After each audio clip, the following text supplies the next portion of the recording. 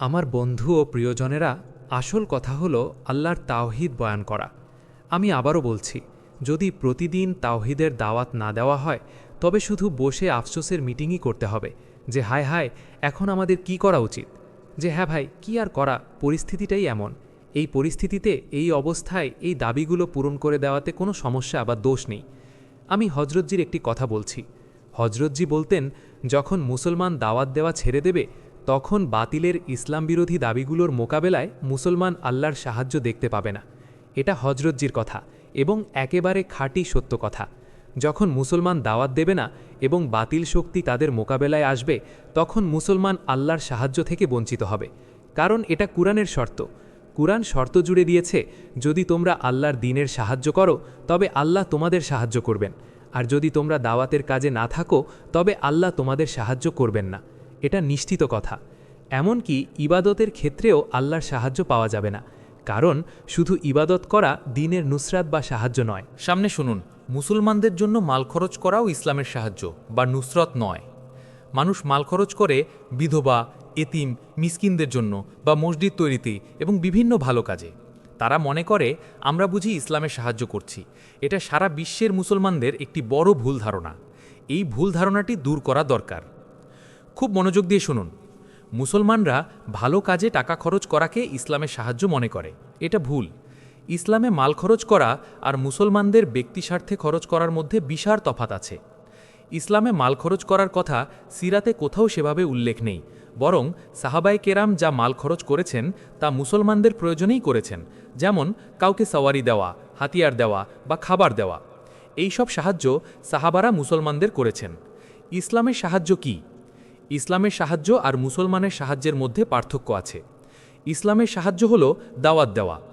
সহজ করে বলছি, খাবার খাওয়ানো হলো মুসলমানের সাহায্য, আর দ্বীনের দাওয়াত দেওয়া হলো ইসলামের সাহায্য। দাওয়াত দিয়ে মানুষকে ইসলামের দিকে নিয়ে আসাই হলো দ্বীনের নুসরত। একজন মুসলমানের অভাব পূরণ করা, এটা মুসলমানের সাহায্য। হুজুর সাল্লাল্লাহু আলাইহি ওয়াসাল্লাম তাবুকের যুদ্ধের সময় হজরত ইবনে রাওয়াহা রাদিয়াল্লাহু আনহুকে বলেছিলেন, হে ইবনে রাওয়াহা, যদি পুরো দুনিয়ার সম্পদ তোমাকে দিয়ে দেওয়া হয় এবং তুমি তা আল্লাহর রাস্তায় খরচ করো, যা আল্লাহ পছন্দ করেন, তবুও সকালে আল্লাহর রাস্তায় বের হওয়া জামাতের যে ফজিলত, তা তুমি অর্জন করতে পারবে না। এই হাদিস ফয়সালা করে দিল যে মাল খরচ করা হলো ইনফাক বা দান, আর জানমাল নিয়ে বের হওয়া হলো দ্বীনের নুসরত। তাবুকের যুদ্ধে যারা বের হতে দেরি করেছিল, তাদের দান কবুল হওয়া সত্ত্বেও তারা বের হওয়ার ফজিলত পায়নি। এই কথাটি সিদ্ধান্ত করে দিয়েছে যে যদি সারা দুনিয়ার সম্পদও উপার্জন করা হয়, তবে তা সেই পথে ব্যয় করতে হবে যাতে আল্লাহ সন্তুষ্ট হন। কারণ ন্যায়পরায়ণতা বলতে ভালো কাজের পথে ব্যয় করাকেই বোঝায়। ন্যায়পরায়ণতা মানে ভালো কাজে ব্যয় করা। ন্যায়পরায়ণতা মানে ভালো কাজে ব্যয় করা। তারা আল্লাহর পথে বের হতে অর্ধেক দিন দেরি করে ফেলেছিল। আল্লাহর পথে বের হতে তাদের অর্ধেক দিন বিলম্ব হয়ে গিয়েছিল। হুজুর সাল্লাল্লাহু আলাইহি ওয়াসাল্লাম বলেছেন, জমিনে যা সম্পদ আছে সব দান করে দিলেও সকালে আল্লাহর রাস্তায় বের হওয়ার সমতুল্য হতে পারবে না। এটাই হলো মাল খরচ করা আর যান খরচ করার পার্থক্য। তাই এই বিষয়টি ভালো করে বুঝে নেওয়া উচিত যে দ্বীনের সাহায্য কী।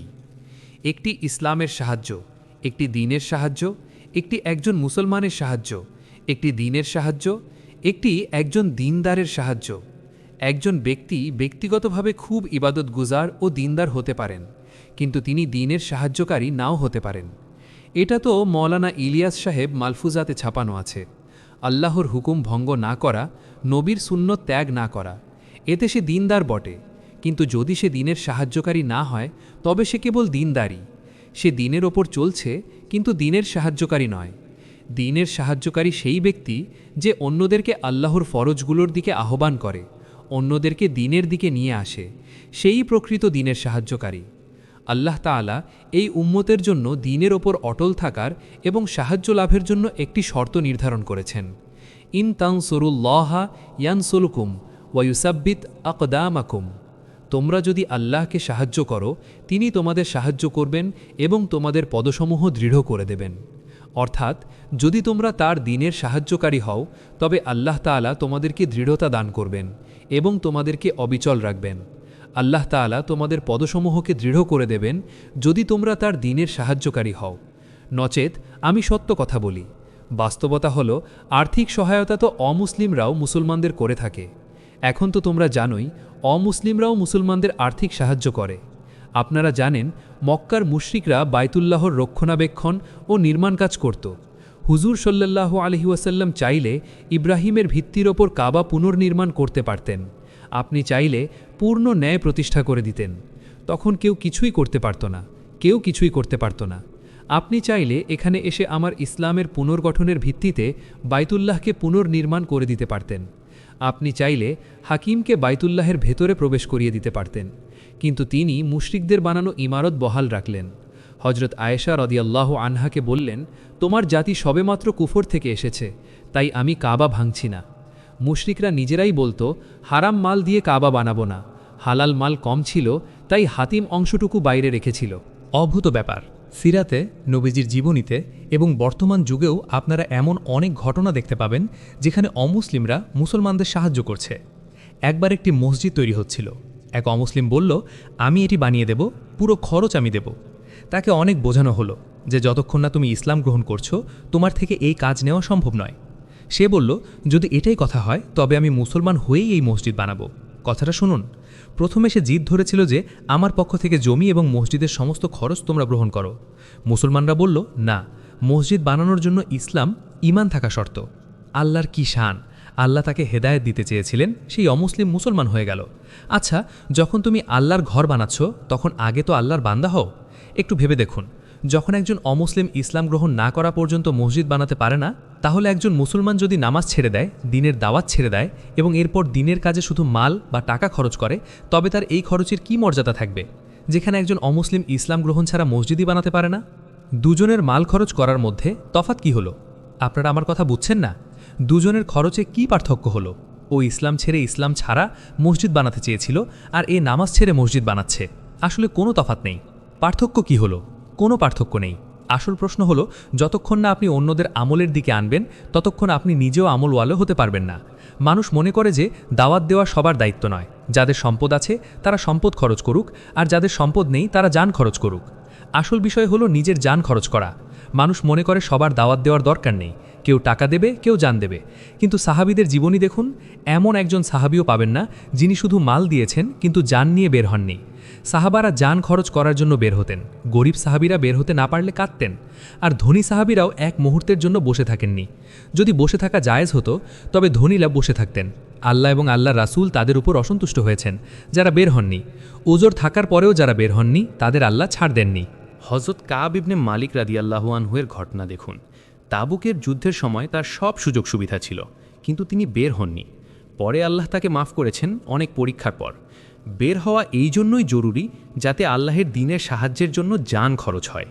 মনে রাখবে, দাওয়াত ও তাবলীগের নকল ও হারকাত বা চলাফেরা বা বের হওয়া আসল বিষয়। যদি খুরুজ বা বের হওয়া না থাকে তবে তা দাওয়াত ও তাবলীগ নয়। সাহাবা এবং নবীদের কাজই ছিল বের হওয়া। আজকাল মুসলমানরা এই ধোঁকা পড়েছে যে ঘরে বসে বা আধুনিক উপায়ে দ্বীনের কথা পৌঁছে দিলেই হবে, বের হবার দরকার নেই। অথচ মুজাহাদা বা কষ্ট করা মানুষেরই সিফাত। সাহাবারা যুদ্ধের ময়দানেও দাওয়াত দিতেন। অনেক সাহাবী আছেন যারা যুদ্ধের ময়দানেও কাফেরদের দাওয়াত দিয়েছেন এবং তারা ইসলাম গ্রহণ করেছে।